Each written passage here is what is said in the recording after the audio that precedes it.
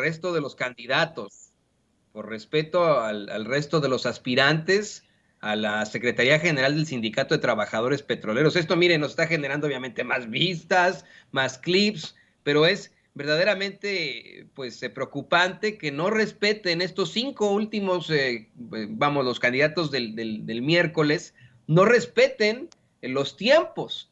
Y esto es por justicia, ¿eh?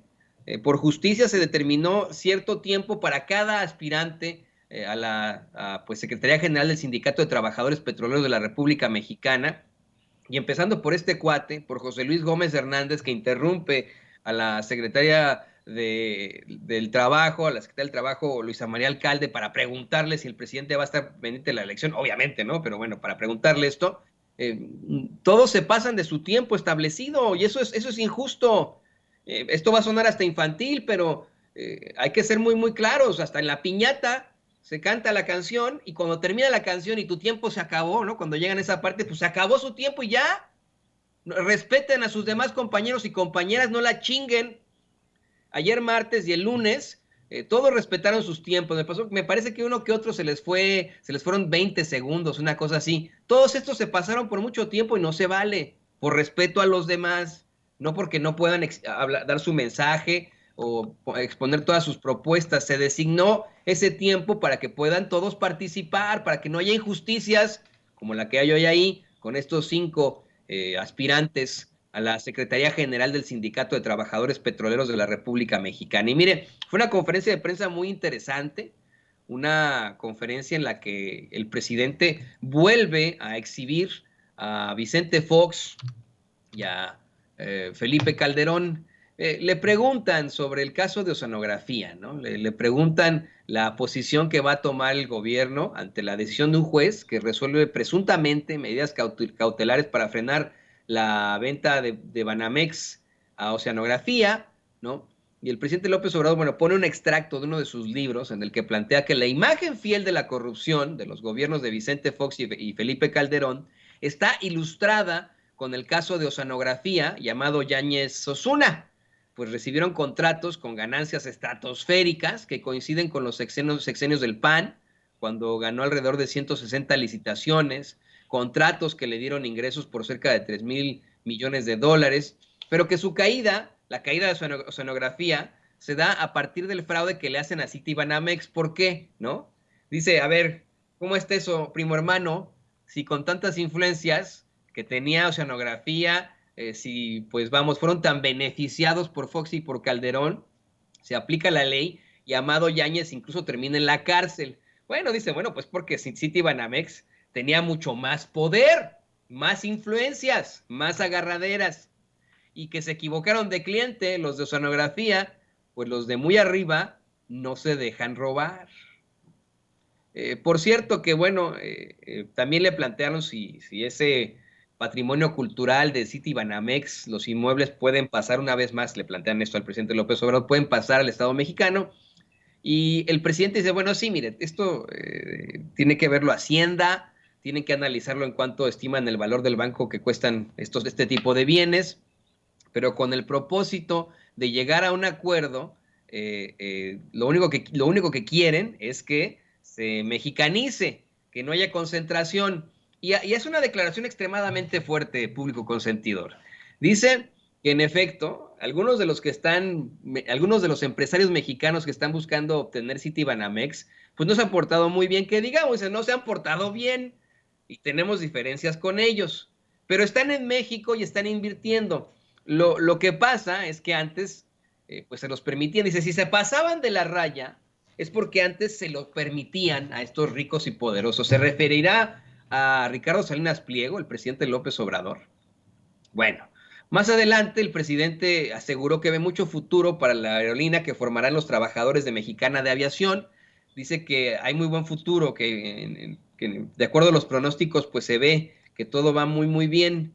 Eh, y otro de los temas fundamentales de la conferencia de prensa mañanera fue una vez más el asesinato de Lourdes Maldonado. Mire, Rocío Jardines de W Radio le pregunta a López Obrador por qué Lourdes Maldonado no se apegó al mecanismo de manera federal, como él dijo, y si se ha contemplado la posibilidad de hablar con el exgobernador Jaime Bonilla. si existe la posibilidad de que todavía se una a su gobierno. El presidente dice, a ver, van a cumplir con el compromiso de hacer una investigación a fondo, que ya se inicia esa investigación, van a ir informando siempre y cuando, van a ir informando siempre y cuando no afecte el avance de las gestiones. Comentó que en cuanto a Bonilla no hay impunidad, pero que tampoco se puede hacer politiquería en un asunto tan serio, que todos los que considere la autoridad van a ser investigados, pero que no pueden hacer juicios sumarios. Dice, a ver, ahora la secretaria de Seguridad Pública es Rosa Isela Rodríguez, no Genaro García Luna, así es el presidente López Obrador. Que los conservadores se aprovechan de estas circunstancias y andan sopiloteando, que por ejemplo, cuando Claudio X González estaba a favor de la privatización de la educación, además de las campañas, insultaban al magisterio en periódicos como el Reforma y que hacía muchas mentiras, en este caso lamentable. Pidió confianza para llegar al fondo. Y yo con mucho respeto, insisto, sí, hay que ser muy claros en las investigaciones y no puede haber una cacería de brujas, pero sí se mencionó al exgobernador de Baja California, Jaime Bonilla, en las acusaciones, ella misma lo hace en la mañanera, de Lourdes Mendoza. Y hace una semana se habla pues, de cómo ganó este laudo por un conflicto laboral con la empresa, una de las empresas de Jaime Bonilla. Yo insisto, estoy completamente de acuerdo con el presidente en el que no se puede hacer politiquería, no se puede apelar al sopilotaje, eh, que no se puede hacer juicios sumarios, pero definitivamente no podría haber impunidad y tendrían que presentarse las cuentas claras. Si los presentados y los acusados son inocentes, bueno, pues que se demuestre eso. De hecho, mire, el presidente toma este tema para aprovechar y hablar sobre los ataques por la designación del muy controvertido historiador Pedro Salmerón. Ya ve usted que lo acusan varias mujeres de acoso sexual, especialmente cuando estaba en el ITAM. El presidente da varios datos al respecto. Dice, a ver, esto fue del ITAM, esto fue una cosa del ITAM, ¿no? Y yo me sostengo en mi nombramiento de Pedro Salmerón a la Embajada de México en Panamá. Dice el presidente que parecieran los tribunales de la Inquisición, pero que las denuncias son de sectores. Exigió una vez más pruebas, denuncias penales.